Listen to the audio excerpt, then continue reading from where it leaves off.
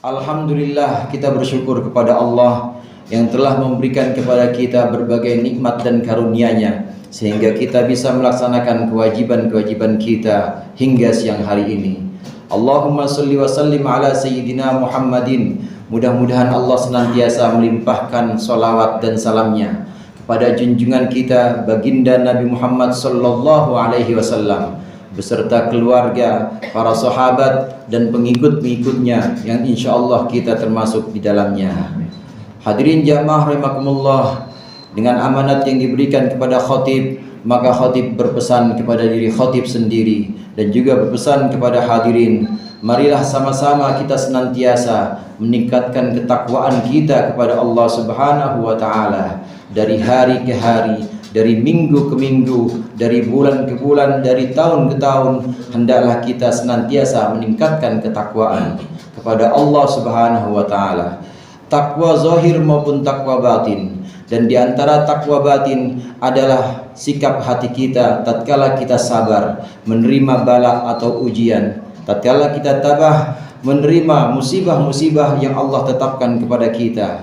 Ketahuilah bahwasannya musibah-musibah yang menimpa kita, cobaan-cobaan, ujian-ujian yang menimpa seorang mukmin ini tidak lebih berat dibanding ujian-ujian yang diberikan oleh Allah kepada para rasulnya, para utusan dan para kekasih-kasihnya.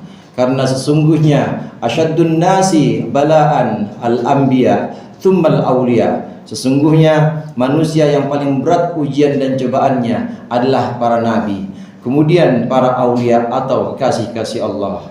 Hadirin jamaah rahimakumullah, sesuai dengan kesabaran ini maka teringatlah kepada kita peristiwa Isra Mi'raj. Karena sesungguhnya peristiwa Isra Mi'raj yang 14 abad yang lalu terjadi pada tanggal 27 Rajab, pada hari ini atau tadi malam, sesungguhnya sebelum peristiwa Isra Mi'raj ini ada rangkaian kesabaran-kesabaran, ada rangkaian ketabahan-ketabahan yang Allah tetapkan kepada Rasulullah sallallahu alaihi wasallam. Allah Subhanahu wa taala menetapkan ini dalam surat Isra. Allah berfirman, Subhanalladzi asra bi'abdihi lailam minal masjidil haram ilal masjidil aqsa alladzi barakna haulahu linuriyahu min ayatina innahu huwas samiul basir. Sesungguhnya di awal bagian ayat ini Allah menyebutkan dengan subhan, dengan memuji dirinya sendiri. Ini menunjukkan bahwa peristiwa yang akan diceritakan dalam ayat ini adalah peristiwa luar biasa, peristiwa yang di luar nalar. Perjalanan Isra, yakni perjalanan dari Mekah menuju Masjidil Aqsa, dan perjalanan Mi'raj dari Masjidil Aqsa ke Sidratul Muntaha. Ini adalah peristiwa luar biasa dan di luar nalar kemanusiaan. Hadirin jamaah rahimakumullah, selain itu dari ayat ini Allah menyebutkan bahwasannya Nabi Muhammad SAW di sini disebutkan sebagai abdihi, bukan sebagai nabiyihi, bukan sebagai rasulihi. Subhanalladzi asra bi'abdihi, maha suci Allah yang telah memperjalankan hambanya. Allah tidak berbicara di sini maha suci Allah yang memperjalankan nabinya.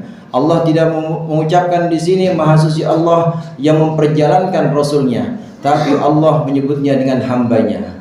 Masyarul mu'minin rahimakumullah, ketahuilah bahwa sesungguhnya maqam ibadah atau posisi kehambaan seseorang ini sesungguhnya lebih mulia dibanding posisi kenabian, dibanding posisi risalah atau kerasulan.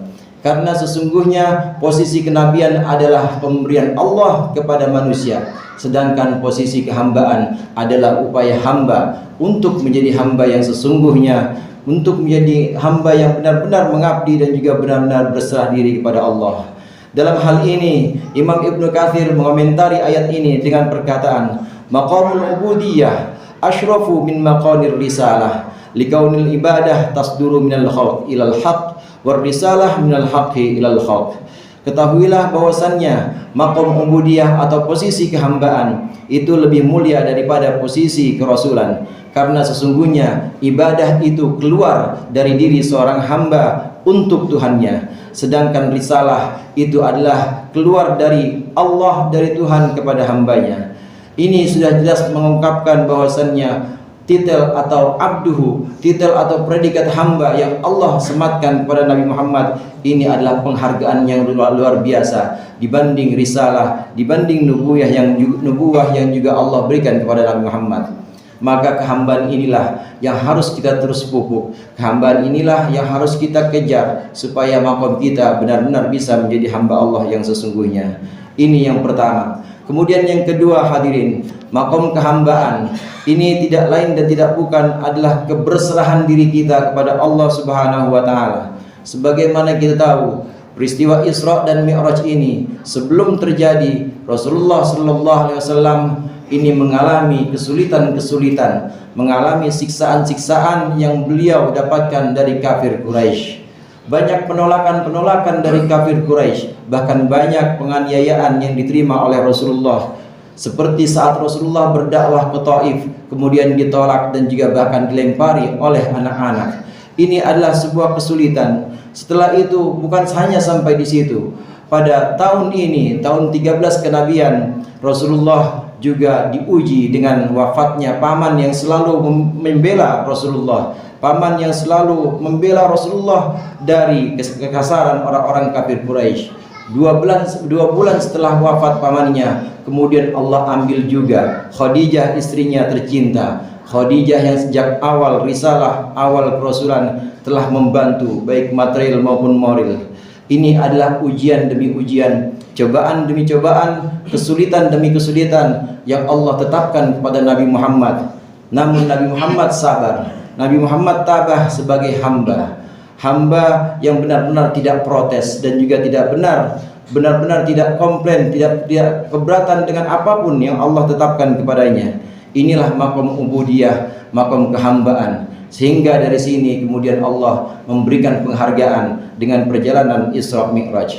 Dalam hal ini maka seorang ulama mengatakan, faja'at diafatul Isra wal Mi'raj takriman minallah, takriman minallahu lahu wa tahdidan li azimatihi wa thabatihi, wa ja'at dalilan ala anna abdahu min qaumihi, ala anna ma yukafiru alaihi min qaumihi laisa bisababi anna Allah qad takhalla anhu wa ghadiba alaihi, wa innama hiya sunnatullah ma'a muhibbihi wa mahbubihi. Maka sesungguhnya panggilan Isra dan Mi'raj yang datang dari Allah untuk Nabi Muhammad sallallahu alaihi wasallam ini adalah untuk memuliakan Nabi Muhammad karena kesabarannya, karena keteguhannya. Ini juga Isra dan Mi'raj adalah sebagai dalil, sebagai bukti bahwasannya apa yang Allah tetapkan kepada Nabi Muhammad sebelum perjalanan Isra berupa kesulitan-kesulitan, ujian-ujian yang benar-benar menyakitkan, sesungguhnya itu bukan berarti Allah sedang meninggalkan Nabi Muhammad, bukan berarti Allah sedang murka kepada Nabi Muhammad, tapi sesungguhnya itu adalah sunnatullah, sebagaimana kebiasaan Allah kepada kekasih-kekasihnya, kebiasaan Allah kepada orang yang mencintainya, maka Allah pasti menguji cintanya dengan kesulitan-kesulitan. Hadirin jamaah rahimakumullah, maka dengan ini meneladani Isra Mi'raj dan juga meneladani peristiwa-peristiwa terkait dengan Isra Mi'raj, hendaklah kita bersabar terhadap kesulitan-kesulitan yang menimpa kita, musibah-musibah yang menimpa kita, karena sesungguhnya dengan sabar terhadap musibah itu maqam ibadah atau maqam ubudiyah kita sedang Allah uji, dan dari situ kita akan